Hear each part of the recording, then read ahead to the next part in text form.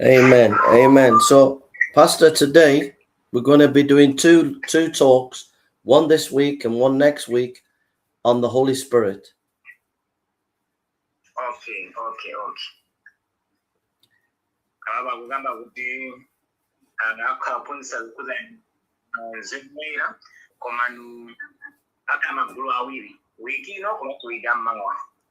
And we're going to look at the Holy Spirit, who he is today, and how he helped Jesus in ministry. We're going to look at that today.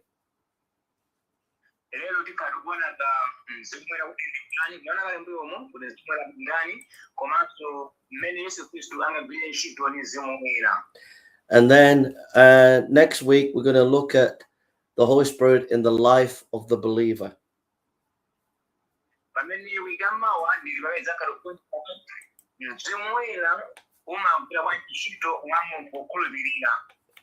The teaching of the Holy Spirit, whenever in the history of the church, whenever the church teaches about the Holy Spirit, the church moves forward.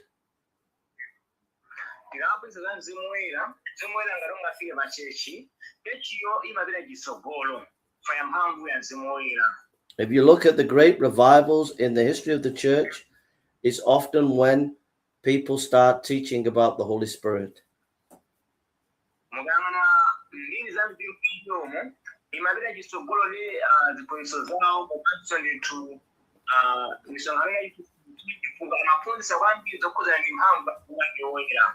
If you have a car with no petrol in, that car is not going anywhere.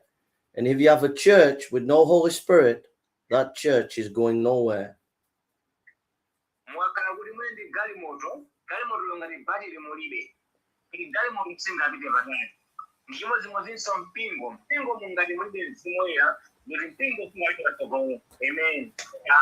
And a motorbike with no petrol is not going anywhere. And a pastor with no Holy Spirit, he's not going anywhere.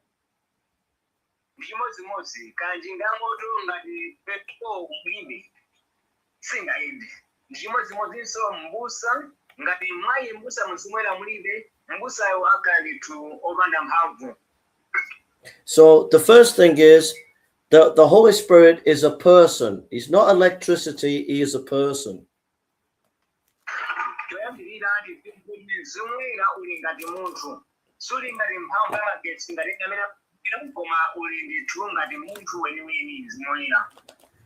Turn to John chapter 16, Yohane chapter 16, verse 7 to 8. Yohane 16, 7 to 8. So Yohane chapter 16, verse 7 to 8.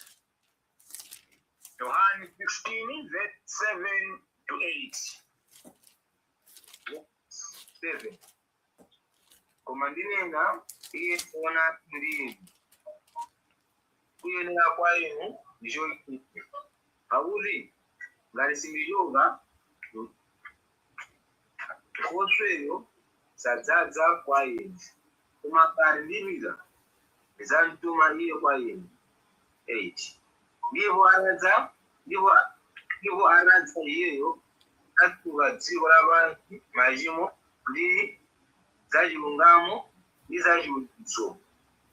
So notice the Holy Spirit is said to be him in verse 7 and he in verse 8. Jesus doesn't say the Holy Spirit is an it. No, the Holy Spirit is a he. He is a person.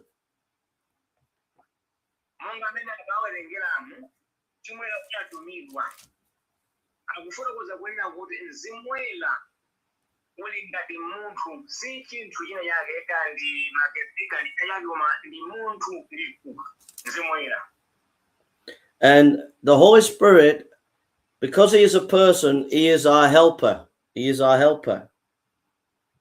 chifukwa choti Mzimu Woyera ipa ndi munthu ineyo ndithu ndi Mthandizi. You turn to John chapter 14, verse 15 to 18. It teaches he is our comforter. John 14, chapter 14, verse 15 to 18. Yohane 14, verse 15 mpaka na 18. Akubambaza Nkhoswe wabena ngati Nkhoswe yathu. Tiwerenge. 15. Ngati mukonda ine, sungani malamulo anga. 16. Ndipo ine ndidzapempha Atate, ndipo adzakupatsani inu Nkhoswe ina, kuti akhale ndi inu nthawi zonse. Ndiye Mzimu wachoonadi, amene dziko lapansi silingathe kumulandira, pakuti silimuona Iye, kapena kumuzindikira Iye. Inu mumuzindikira Iye, chifukwa akhala ndi inu nadzakhala mwa inu. Ndidzakusiyani inu mukhale ana amasiye, ndidza kwa inu. So here they're teaching us that the Holy Spirit is a person because he's a comforter. He comforts us.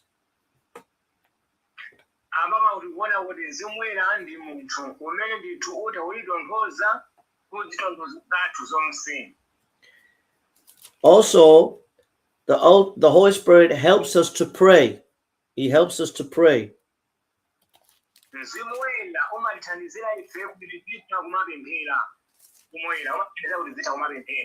Turn to Romans chapter 8. Romans chapter 8, verse 26 and 27.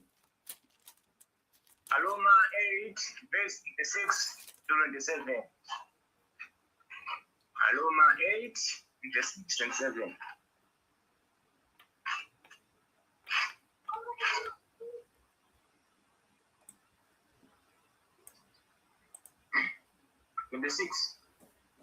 Ndipo momwemonso Mzimu athandiza kufoka kwathu, pakuti chimene tizili monga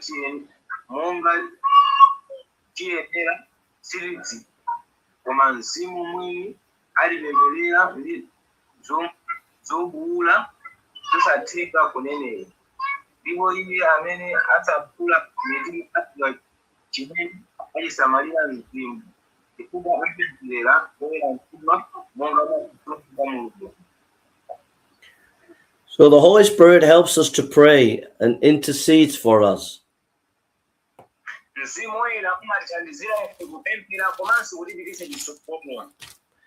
Also, the Holy Spirit can be grieved because he is a person. The Holy Spirit can be grieved.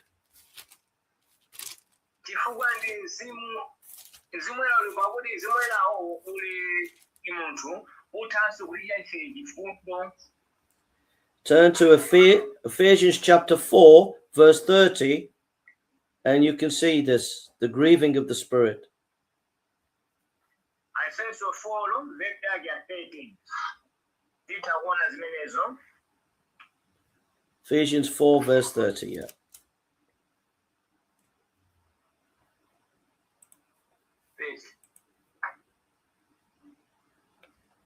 Ndipo musamvetse chisoto Mzimu Woyera wa Mulungu, amene munasindikizidwa chizindikiro mwa Iye kufikira tsiku la maomboledwe.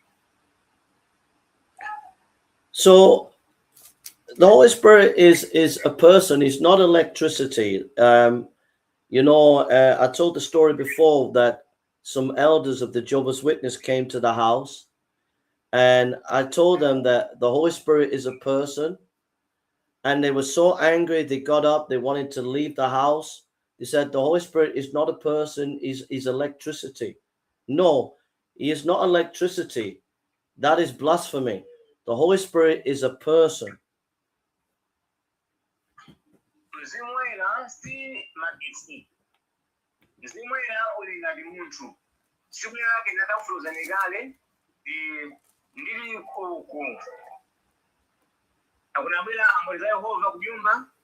Timasosana nawo amene akuti Mzimu Woyera mmene mapira ntchito ukuoneka ngati ndithuni magetsi koma ndinafotokozera kuno kuti zimoyera si magetsi ndi munthu chifukwa iwo umachita zinthu. Amen. And the Holy Spirit is God. He is a person and he is God.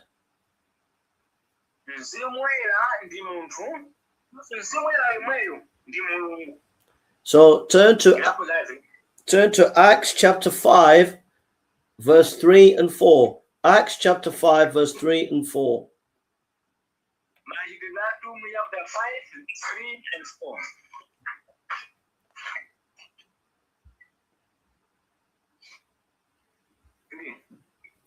Pedro anati kwa Hanania, Satana anaza itima chifukwa ninji kudzanyenga Mzimu Woyera ndi kubalula pa mtengo wake wa mundawo pamene unali nawo sunawako kodi ndipo pamene anagulitsa sunali mali mwako kodi wanji chinalo ndi mu mtima mwako sunanyenga anthu kuphala Mulungu.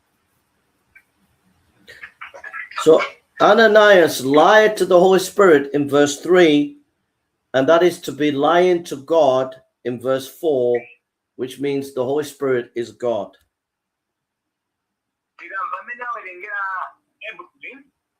Verse 3 ikunena kuti Hananiya anatamiza Mzimu Woyera. Koma verse 4 ikukamponena kuti ngakhale wanamiza Mzimu Woyera usagade kutangiza Mzimu Woyera koma wanamiza Mulungu. Kutanthauza kuti Mzimu Woyera ndi Mulungunso, ndi munthu komanso ndi Mulungu. Turn with me to 1 Corinthians chapter 2 verse 10. 1 Corinthians chapter 2 verse 10. 1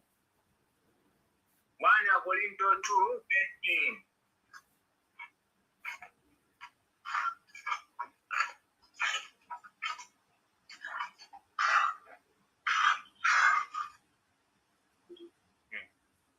Corinthians 2:10.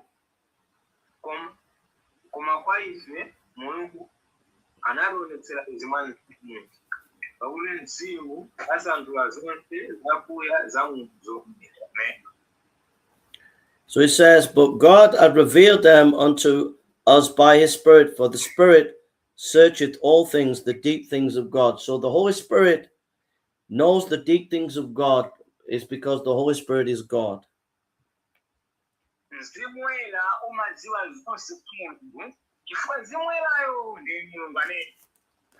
Amen.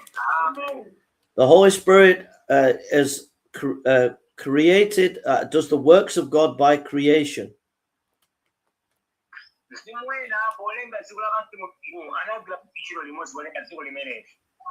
And turn to Genesis chapter 1 verse 2. Genesis 1 verse 2.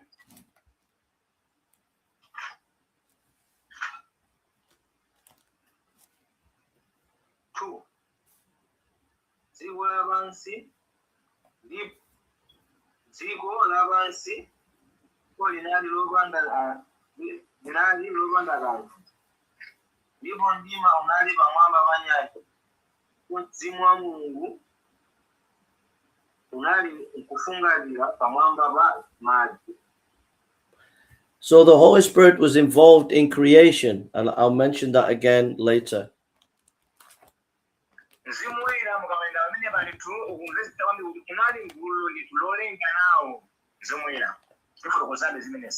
And then the Holy Spirit can be blasphemed.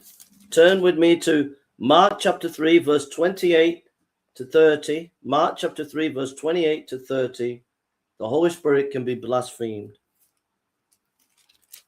Mark 3 verse 28 to 30. So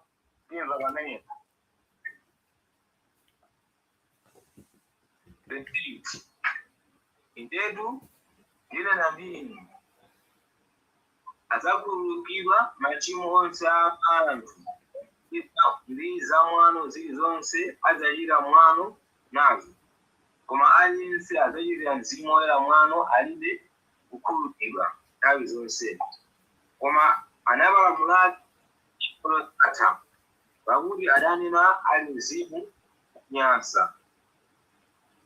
So the Holy Spirit has been given to the church, so the church should be dependent on the Holy Spirit.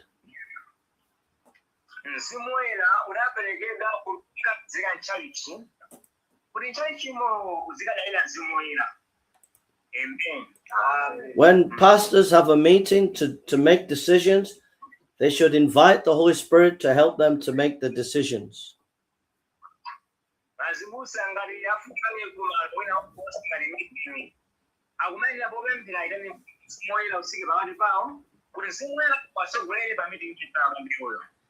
When the pastor gets in the pulpit, he needs to ask the Holy Spirit to help him preach.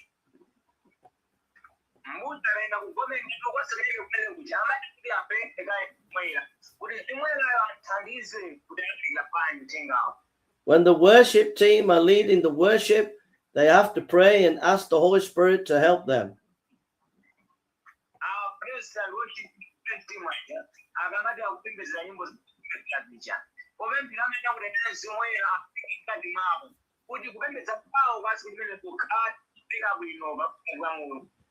When people go to church, they need to pray that the Holy Spirit would move in the church.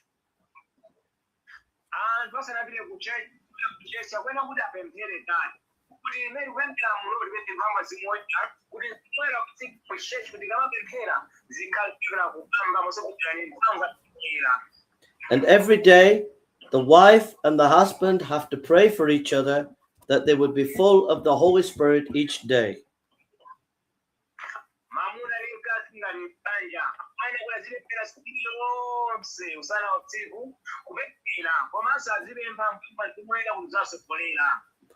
Turn with me to Matthew chapter 28, verse 19. Matthew 28, verse 19. Matthew 28, verse 19.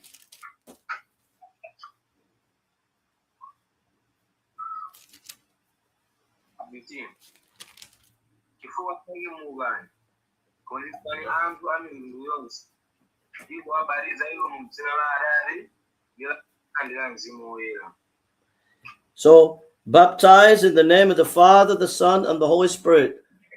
The Holy Spirit is part of the Trinity. There is one God, but three persons, Father, Son, and Holy Spirit.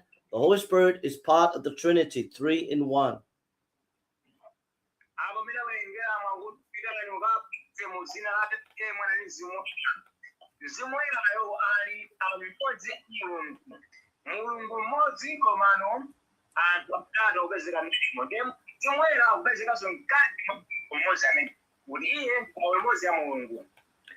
Now we looked at the Holy Spirit was the agent of creation. He created the world, but also the Holy Spirit created Scripture.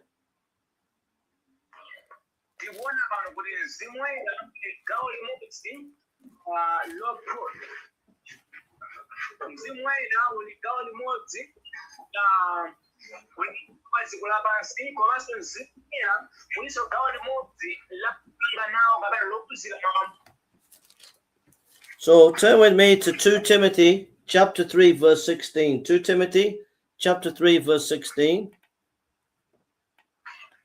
Timothy 3 verse 16. 2 Timothy 3 verse 16 to consider Mzimu Woyera. 16. Lemba lilonse adaluzira Mulungu ndipo libendulisaba liphunzitso chitsutsano chiwonzero chilangizo cha chiungamo. Now it says all scripture is given by inspiration of God. The Greek for inspiration is theopneustos. The Greek for inspiration is theopneustos. Theopneustos is the Greek for inspiration.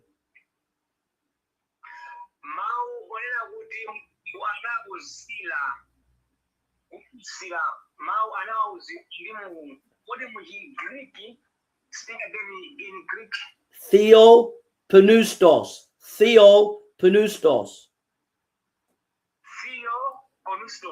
Pneustos. Theo pneustos.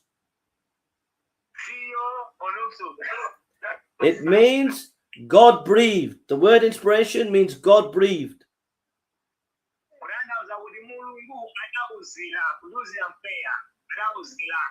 So all scripture was breathed by the Holy Spirit. It's all of the Holy Spirit.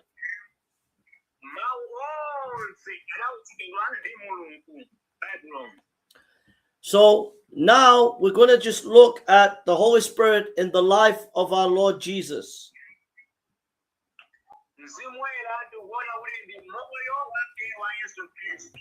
And if our Lord Jesus needed the Holy Spirit, how much more you?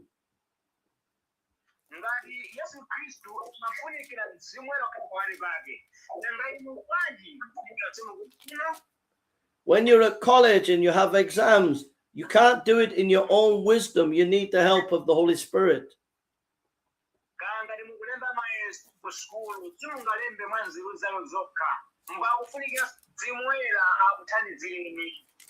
When you're doing your ministry, you can't do it on your own. You need the help of the Holy Spirit.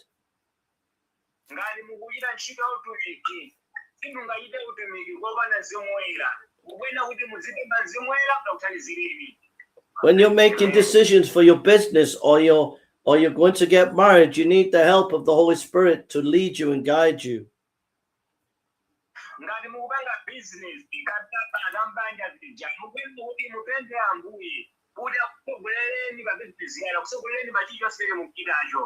So let's go to Luke chapter 1 verse 35. Luke chapter 1 verse 35.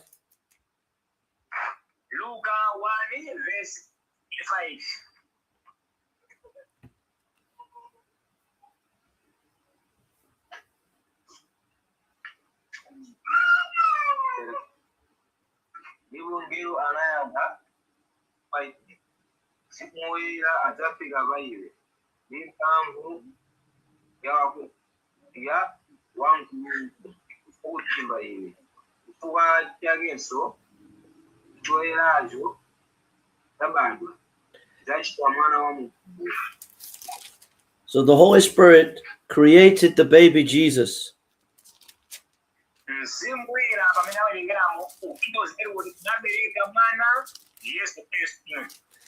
Now turn with me to Mark chapter 1 verse 10.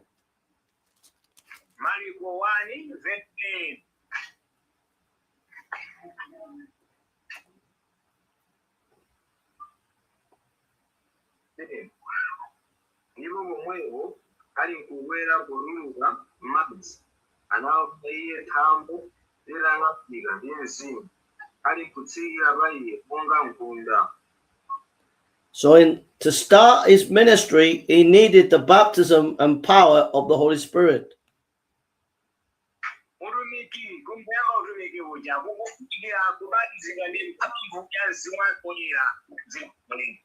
In Mark chapter 1 verse 12, read Mark chapter 1 verse 12, please.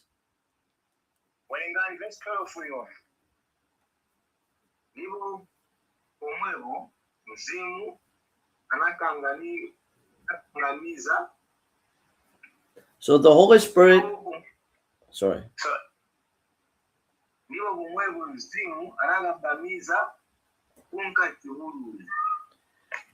The Holy Spirit led our Lord into the desert. You need to let the Holy Spirit lead you in every part of your life.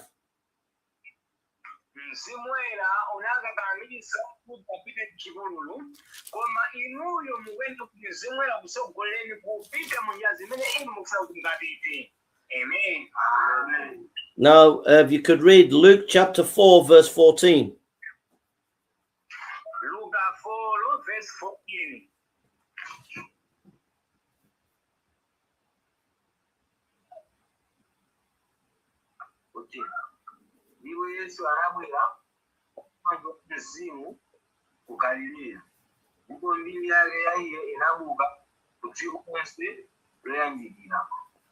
So it says, and Jesus returned in the power of the Spirit into Galilee. He went into the cities and towns with the power and the anointing of the Holy Spirit. Yesu Kristu amapita mizimu mamidzi matauni osiyanasiyana motsogozedwa ndi mphamvu ya Mzimu Woyera. And Jesus had more of the Holy Spirit than anybody. He had without measure. In other words, he had all of the Holy Spirit in him. In John chapter 3:34. Mwa Yesu Kristu mudali ndithu Mzimu Woyera mwathunthu wopanda mulingo wake kumwana lodzaza ndi Mzimu Woyera Yesu Kristu amene. Yohane chapter 3 verse 34.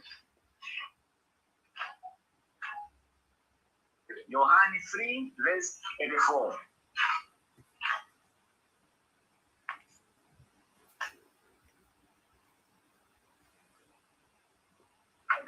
Pakuti iye amene Mulungu anamtuma alankhula mawu a Mulungu, pakuti sapatsa mzimu ndi bwino. Amen. So our Lord was soaked in the Holy Spirit.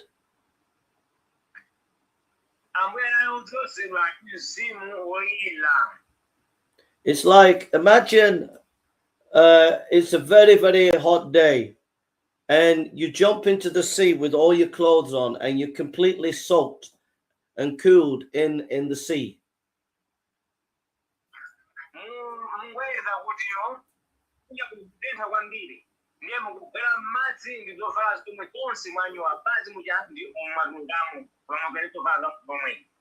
Life is very hard, it's very hot and difficult, and every day we need to be soaked in the Holy Spirit.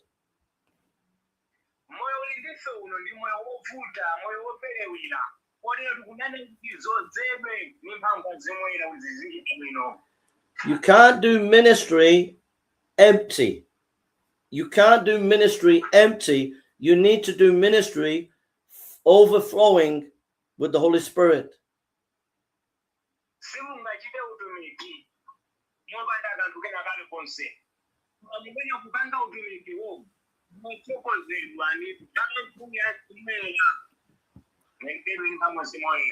You have to minister in the overflow.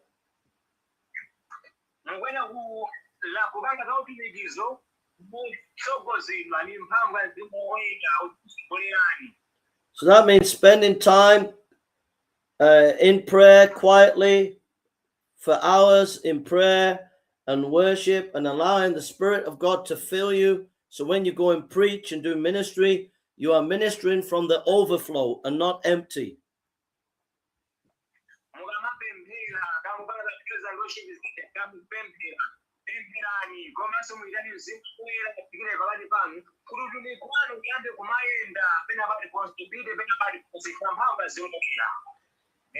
If you minister on the empty, you will collapse.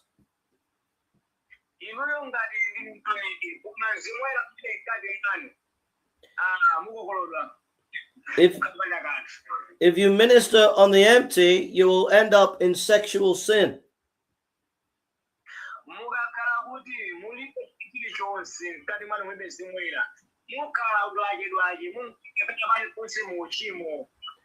So it's absolutely important every day you ask the Holy Spirit to fill you, so you're doing ministry in the overflow of the Holy Spirit.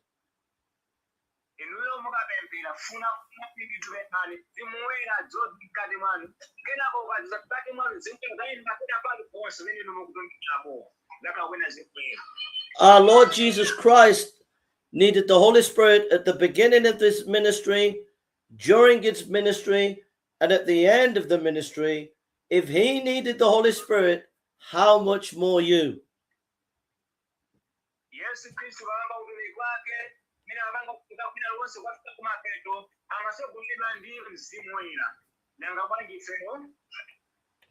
If you don't teach your people and your leaders of the importance of the Holy Spirit, you will have problems.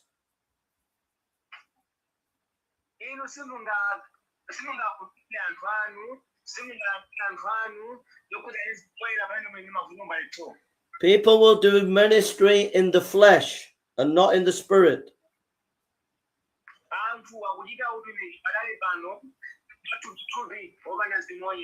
There'll be jealousies, full of jealousies in the ministry.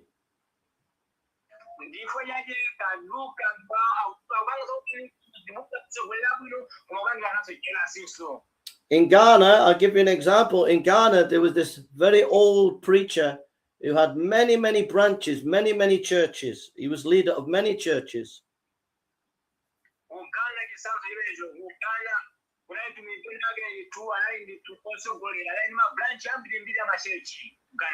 So when he knew he was dying, so he passed on the ministry, the leadership of all the churches to a young pastor, because this young pastor was a godly man.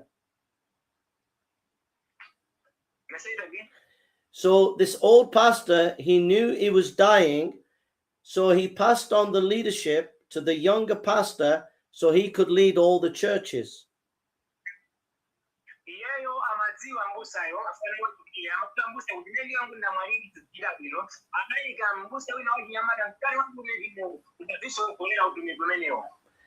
But the other pastors were jealous of him, so they had some food cooked and poisoned the food and sent the food to the young pastor.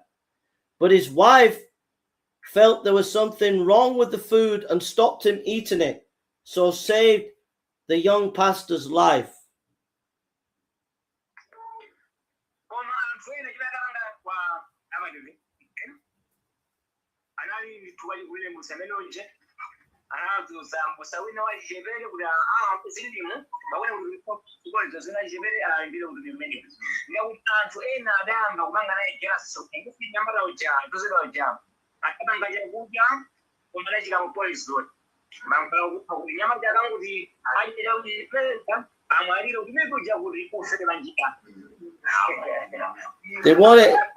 They were jealous of that young man because he was appointed as the main leader, and they were jealous. They wanted the money, they wanted to run the churches, so they tried to kill him with poisoned food.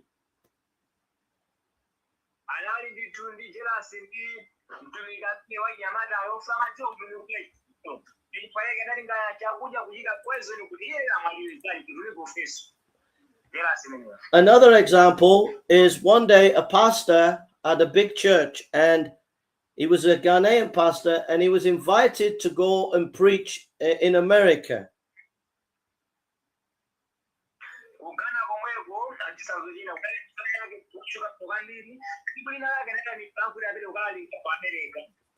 While he was in America, his elders got together and sacked him so they could take over the church, so they could have the money from the church.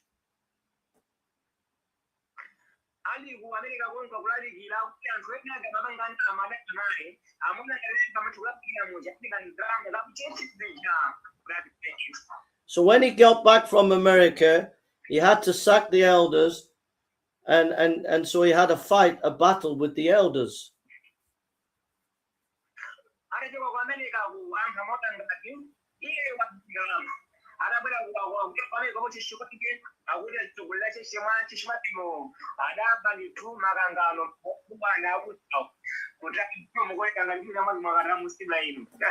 But a lot happens in church because people are doing ministry in the flesh. They are doing ministry in the empty. They are doing ministry in the flesh. So it caused jealousy and arguments and conflict.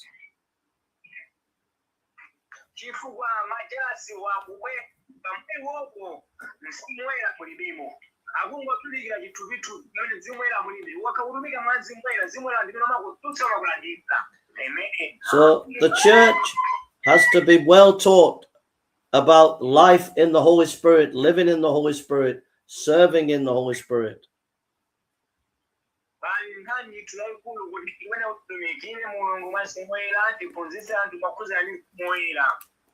Now turn with me to John chapter 3, verse 5 and 6. Yohane 3, verse 5 and 6. 5. Yesu anayanga enyeru era ndiyo bali mundu sabada mwa madzi ndiye mzimu wakoza kulowa ufumu wa Mungu. jobalwa nthubi chikhala thubi linyumba mwa Mzimu yekha. So the Holy Spirit, one of his works is to bring salvation. To the word born again there means born from above.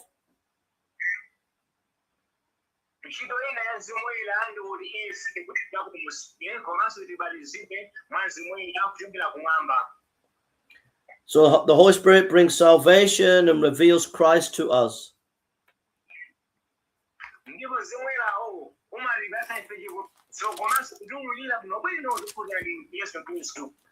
The Holy Spirit brings unity and gives gifts to the body of Christ.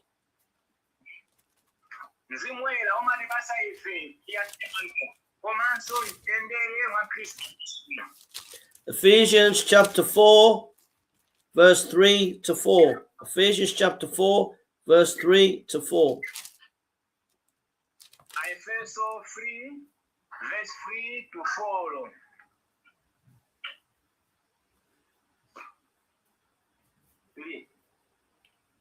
Ndiwo anazindikilitsa chisificho mwavumbulutso chimene mukuluza kuzindikira nayo pakuchiwerenga chipimiso yanga chisisi cha Kristu. So when people do ministry in the flesh, they become proud.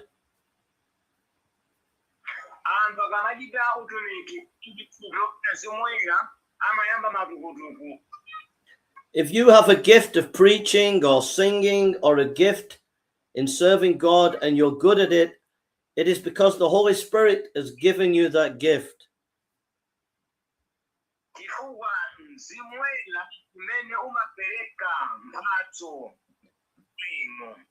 And it is given, that gift that the Holy Spirit has been given so that you serve and help the church, help the body of Christ.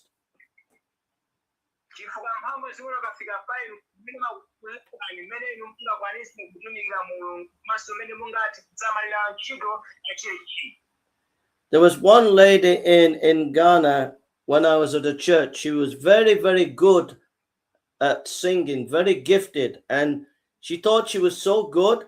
She left the bishop, she left the church, and she started her own church because she was full of pride.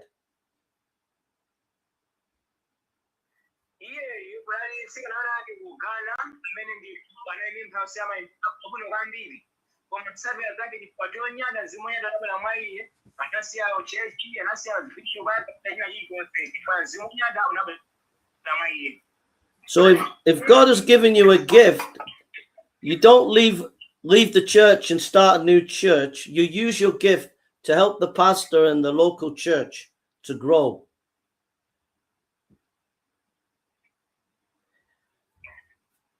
If God has given you a gift, you use that gift to help the church, not for you to be proud and go off and start your own branch.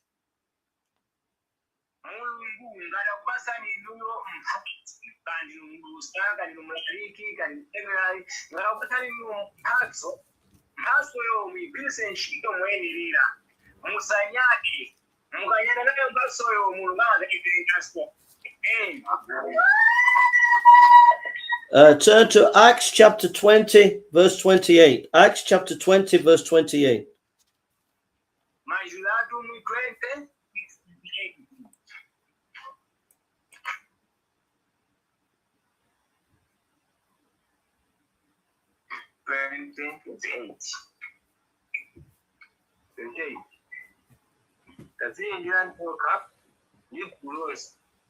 Amenewo Mzimu Woyera anawuyikani oyang'anira kuti muwete eklesia wa Mulungu umene ukula ndi mwazi wa yekha.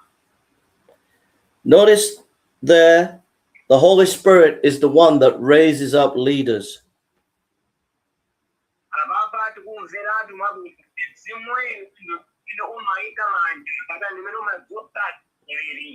When God appoints the leaders by the Holy Spirit, you should not fight with that leader because they're appointed by God.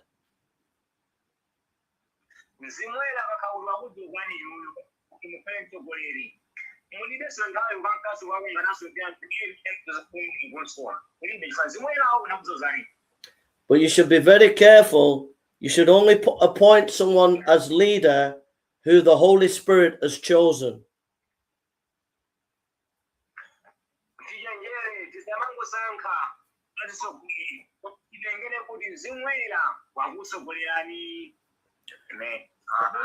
Imagine two people, a farmer, very poor farmer who's at church, and he puts the chairs out. He brings a little food for the church. He cares for the church, and he's a powerful anointed preacher. There's him, and then there's someone who comes to church. He is very rich man, but he doesn't care for the church. So you have a farmer who's a powerful preacher, and he's caring and loving and helping the church.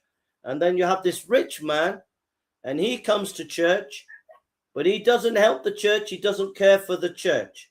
These are two people I'm going to talk about in a minute.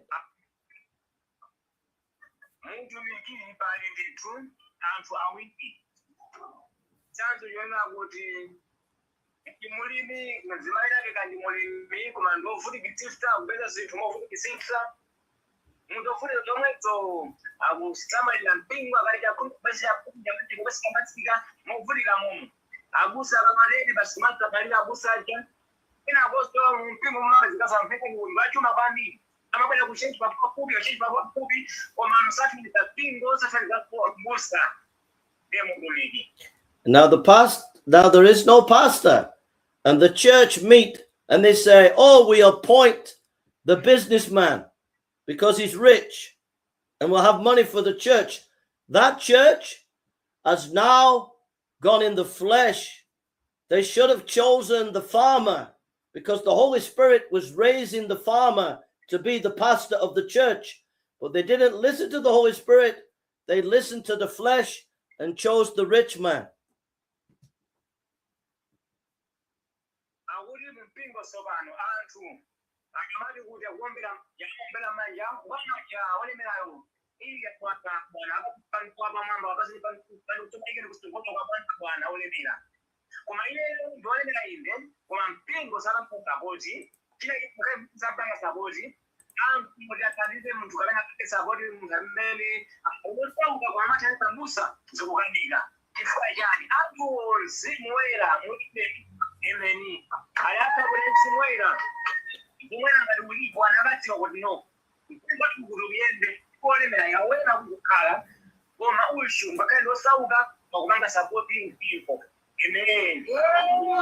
And many pastors appoint elders and deacons because their elder is rich or has a good job or gives big offering.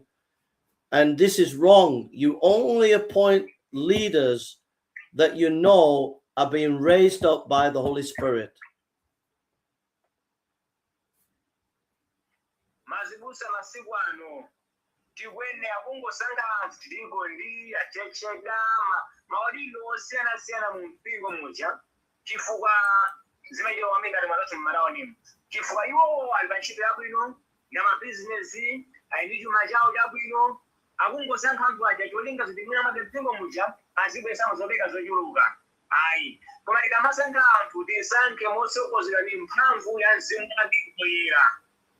Imagine there's three young men. One young man, he's very poor. He works on the farm as a laborer, but he puts the chairs out, he cleans the church, and he's very humble, and he's been serving for years in the church, and he's a good preacher. The other young man, he doesn't care about the church, but he's a son of the chief. He's a prince. And the other young man, he has a big job as an accountant, but he doesn't care for the church. Which one are you going to appoint to be a deacon? Many churches will appoint the prince and the accountant. They will not appoint the laborer, the farm laborer, who is humble and anointed of God.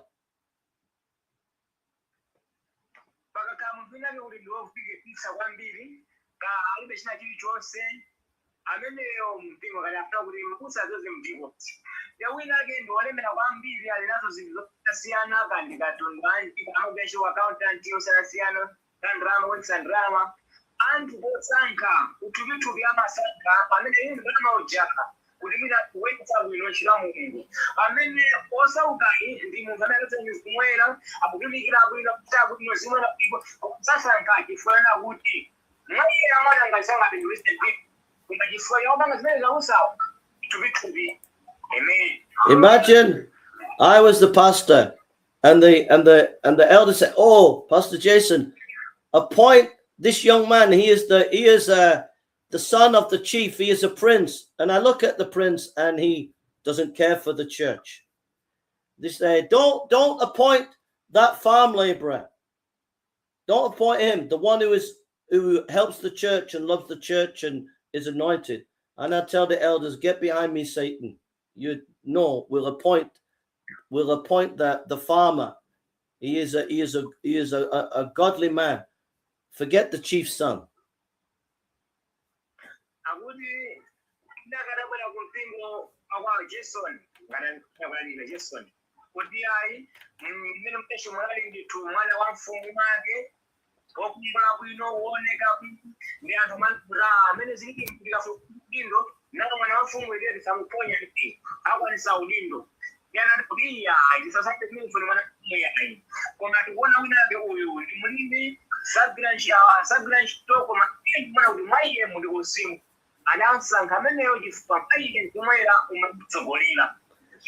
And sometimes you get a family that are wealthy in the church, and they are the ones that are telling the pastor who to put in the leadership. But the pastor is not to do what the wealthy family say in the church. No, the pastor and the church are to consult God and be led by the Holy Spirit when they are choosing leaders.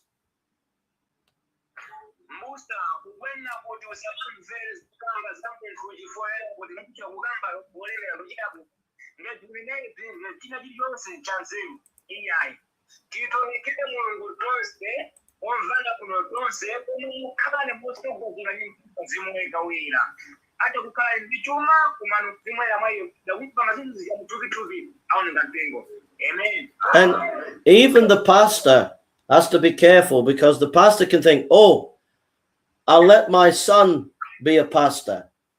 But just because the son is your son doesn't mean he should be a pastor. It's whether the Holy Spirit is raising up your son. So we have to be careful that we don't appoint our own family in leadership just because they're our family. No, it has to be because the Holy Spirit is working in them and in raising them up.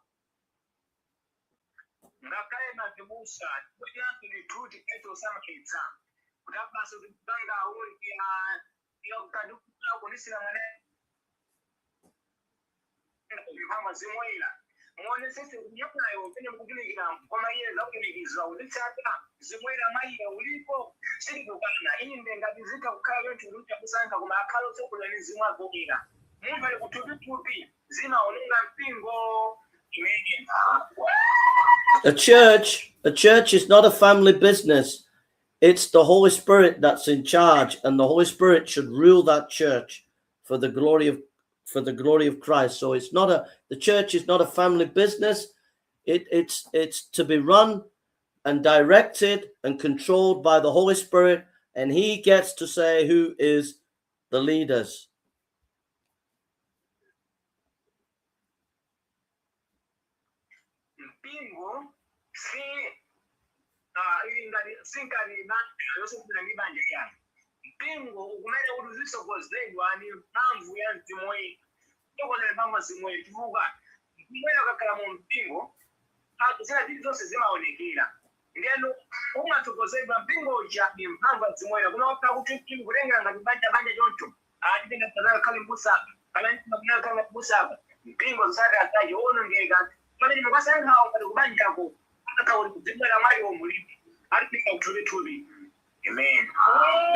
Amen. So we're going to finish now, and then if Pastor and the group could just talk to each other for a few minutes about what has been a help to you in your life and ministry from this talk, and then if you could choose someone to share and phone me back in a few minutes. Thank you.